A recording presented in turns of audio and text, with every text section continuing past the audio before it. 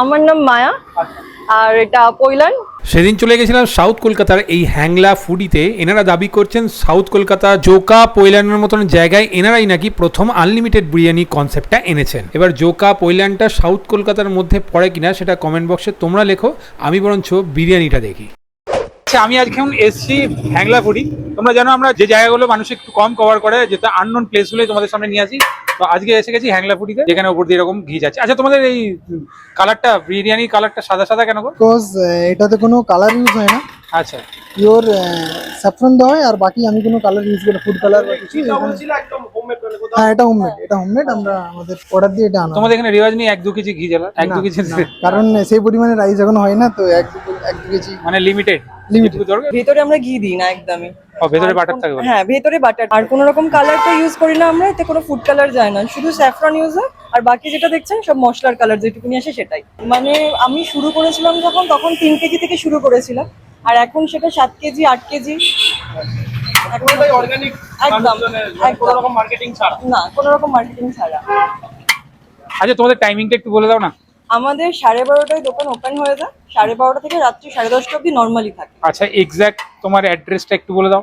এটা হচ্ছে পৈলান স্কুল মোড়, ঠিক আছে? আপনাকে যদি আসতে হয় তাহলে জোকার দিক থেকে যদি আসেন, তাহলে আপনি ভারত সেবাশ্রমের উল্টো দিক থেকে একটা রাস্তা আসে সোজা বেঙ্গল পৈলান পার্ক, সেটা দিয়ে আপনি সোজা চলে এলে একদম আমার দোকানটা ফ্রন্টেই পাবেন। আচ্ছা, আর অথবা পৈলানহাটের মোড় থেকে সোজা বাদিকে চলে এলে রিক্সা ধরে যে কোনো রিক্সাওয়ালাকে বললে নামিয়ে দেবে। নাম কি বললে এই জায়গাটা? দৌলতপুর স্কুল মোড়। এই হচ্ছে দোকান, ভেতরে এরকম বসার জায়গা আছে, ওখানে এখানেও বসে খেতে পারে লম্বা করে। আর বিকেলে এখানে প্রচুর আইটেম আছে, তোমরা এসে ট্রাই করতে পারো। অসুবিধা হলে অ্যাড্রেস নাম্বার যেটা রয়েছে স্ক্রিনে কল করে নিতে পারো। তোমার দোকানে কি এগুলোই পাওয়া যায় শুধু বিরিয়ানি? আজকে বিরিয়ানিটা হয়েছে, চিকেন চাপ হয়নি। অন্যদিন চিকেন চাপ পাওয়া যায় বিরিয়ানির সাথে। বিকেলবেলা মোমো থাকে, ফ্রাই আইটেমও থাকে, আর চিকেন কষা থাকে। এবার অর্ডার থাকলে মাটন হয়, না হলে এখন শুধু চিকেন বিরিয়ানিটাই হচ্ছে। গরমে তো এমনি মাটনটা সবাই খেতেও চায় না, আর এখানে মাটনের কাস্টমারটা খুব কম। যদি কেউ অর্ডার দিয়ে যায় তখন বানিয়ে দিই। চিকেন চাপের দাম কত? চিকেন চাপ 60 টাকা।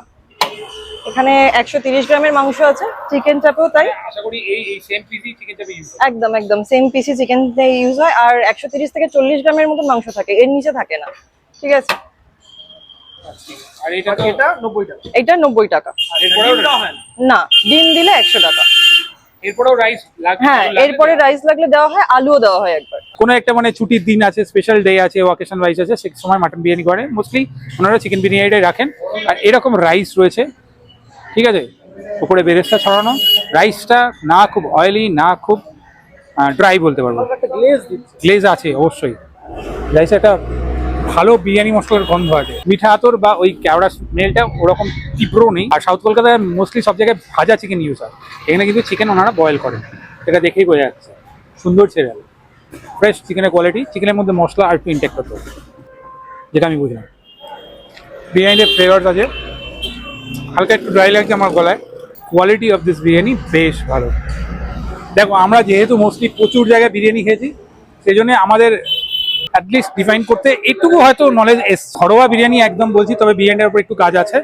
সেটা হচ্ছে এই বিরিয়ানির জন্য তোমার কিন্তু একটু চিকেন চাপ ইউজ করতে হবে, বিকজ একটু ড্রাই লাগছে। বিরিয়ানিটার ফ্লেভার্স কিন্তু রয়েছে। বিরিয়ানিতে বাঙালির আলুটাই খোঁজে। বাহ, বাঙালি নয় বলে আলু ফুট বাঙালি তো আমি, মানে আমাকে যে আলুটা দেওয়া হয়েছে মোস্টলি ভালোই বলে বয়েল হয়েছে।